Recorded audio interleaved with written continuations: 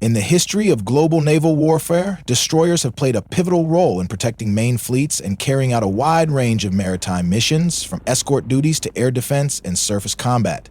Particularly during the Second World War, the development of destroyer classes was prioritized to meet growing demands for combat capabilities and multi-role operations.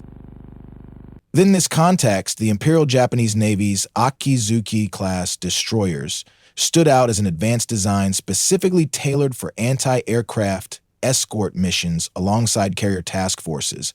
Unlike traditional destroyers that mainly emphasized torpedo firepower, the Akizuki-class featured strong anti-aircraft armament and a versatile design. With a larger displacement, comparable to some light cruisers of the era, this class came to symbolize Japan's technical and tactical innovation at sea, reflecting the Navy's adaptation to the demands of modern warfare and the evolving trend toward multi-role escort vessels in subsequent years. In the late 1930s and early 1940s, the maritime battlefield changed rapidly as air power grew increasingly dominant, posing a direct threat to naval forces, particularly aircraft carrier groups, facing an urgent need for a destroyer class specialized in anti-aircraft escort. The Imperial Japanese Navy developed the Akizuki-class. Designated as Type B destroyers, these vessels were markedly different from multi-purpose classes such as Kagero or Yugumo, which focused primarily on torpedo warfare. The Akizuki class was designed mainly to shield carrier task forces from aerial attacks, playing a strategically vital role in the fleet formation.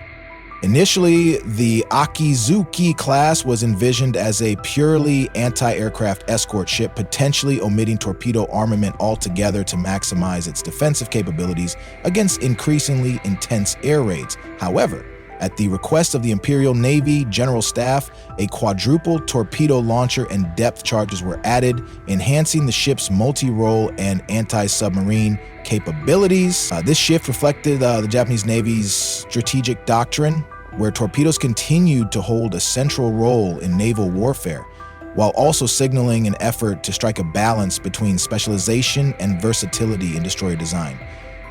Production of the Akizuki-class destroyers began in 1940 under Project F-51, with major shipyards such as Maizuru and Mitsubishi Nagasaki overseeing construction.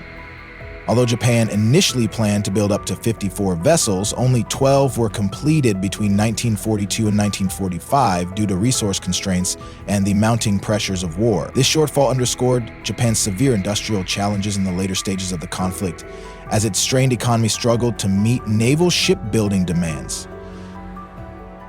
In addition to the original Akizuki subclass, simplified variants such as the Fuyutsuki and Michitsuki subclass were introduced to accelerate construction and reduce costs. The Fuyutsuki subclass, for instance, featured design modifications, including a simplified bow to meet urgent wartime needs. The Imperial Navy also considered developing a high-speed Super Akizuki class based on the original design, but most of the project was canceled due to material shortages in the shifting course of the war. These successive developments and design adjustments reflected Japan's persistent efforts to optimize production efficiency and adapt to the increasingly harsh realities of wartime.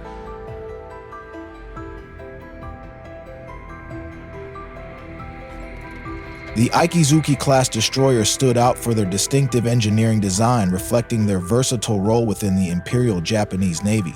The ships had a standard displacement of approximately 2,700 long tons, rising to nearly 3,700 tons when fully loaded, measuring over 130 meters in overall length with a draft exceeding 4 meters. The class was powered by 2 Kampan steam turbines and 3 boilers, generating up to 52,000 horsepower and enabling a top speed of 33 knots, with an impressive operational range of up to 8,300 nautical miles at 18 knots. The ships carried a crew complement of between 263 and 315 personnel. In terms of armament, the Akizuki class was equipped with 8 dual-purpose 100mm Type 98 guns, notable for their high rate of fire and muzzle velocity of 1,000 meters per second, optimized for anti-aircraft defense. The light anti-aircraft battery consisted mainly of 25mm Type 96 guns, which were significantly increased during the war to counter enemy air superiority, though limited by slow traverse and reduced accuracy. The torpedo system featured a quadruple launcher armed with the famed Type 93 Long Lance torpedoes, known for their extended range and destructive power. Anti-submarine defenses included depth charge throwers and increased depth charge loads in later refits.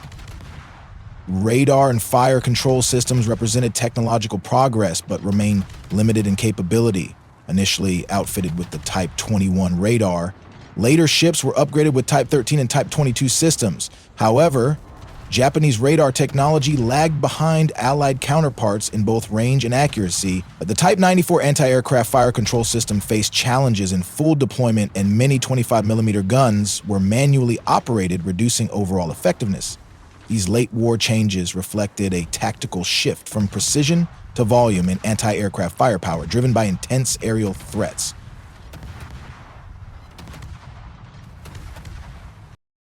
Design-wise, the Akizuki-class featured a flush deck and extended hull, allowing for the installation of 4 main gun turrets without compromising ship balance. The separation of engine and boiler rooms enhanced survivability under fire, while the class's long range and durability secured its key role in major naval operations during World War II. The Akizuki-class destroyers played a key role in escorting aircraft carrier task forces and fleet formations of the Imperial Japanese Navy, primarily providing anti-aircraft defense. In addition, they were employed in transport missions and surface engagements. From mid-1942, these ships took part in major operations, with several being lost in combat, highlighting the intensity and danger of their service. In total, Japan lost 26 destroyers to surface ships, 50 to air attacks, and 39 to submarines. During the Guadalcanal and Solomon campaigns, 1942 to 1943, the destroyer Akizuki participated in the Battle of the Eastern Solomons in August 1942 without damage, but was later hit by bombs and torpedoes, requiring extensive repairs. In the Battle of the Philippine Sea, June 1944, Akizuki conducted anti-aircraft duties, rescued survivors from the carrier Taiho, and protected Zuikaku.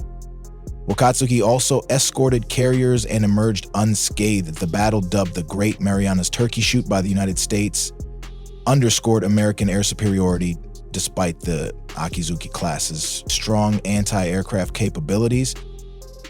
In the Battle of Leyte Gulf, October 1944, Akizuku was sunk either by an airstrike or a United States submarine. Hatsuzuki fought alone for 2 hours against overwhelming American forces to protect the aircraft carriers before being sunk with few survivors. Wakatsuki survived and rescued crew members from Zuikaku. The battle underscored the Akizuki-class's vulnerability to air attacks, despite their strong fighting spirit. In subsequent battles, Wakatsuki was sunk by U.S. aircraft while escorting a convoy to Ormoc, and Shimotsuki was torpedoed by a United States submarine en route to Singapore. The Battle of Ormoc Bay was marked by fierce clashes between United States air power and Japanese reinforcements. Finally, during Operation Tengo, April 1945, the Yamato escort group, including Suzuki, Fuyutsuki, and others, faced hundreds of American aircraft. Suzuki sustained heavy damage from a torpedo strike that destroyed her bow, but managed to reverse back to port, demonstrating structural resilience and the crew's skill.